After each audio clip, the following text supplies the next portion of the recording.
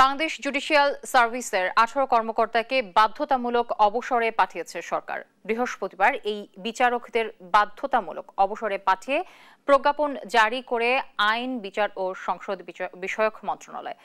চাকরির বয়স 25 বছর পূর্ণ হওয়ায় বাংলাদেশ সুপ্রিম কোর্টের সঙ্গে পরামর্শক্রমে সরকারি চাকরি আইন 2018 এর 45 ধারার বিধান অনুযায়ী জনস্বার্থে তাদেরকে চাকরি হতে অবসর প্রদান করা হয়েছে বলে প্রজ্ঞাপনে উল্লেখ করা হয়।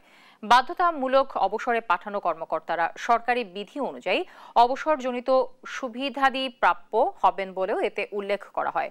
অবসরে পাঠানো কর্মকর্তারা হলেন জেলা ও দায়রা জজ বিকাশ কুমার সাহা, শেখ মফিজুর রহমান, মাহবুবা রহমান সরকার, শেখ গোলাম মাহবুব, মুজিবুর রহমান, এহসানুল হক, জুয়েল রানা, মনির কামাল, শহীদুল ইসলাম, আল মাহমুদ ফৌজুল কবির, মোহাম্মদ নাজিমুদ্দৌলা, AKM মোজাম্মেল হক চৌধুরী, ফজলে এলাহি ভূঁইয়া, আবু জাফর মোহাম্মদ কামরুজ্জামান, মোহাম্মদ রুস্তম আলী, নুরুল ইসলাম, AKM এনামুল করিম, মোহাম্মদ হোসেন।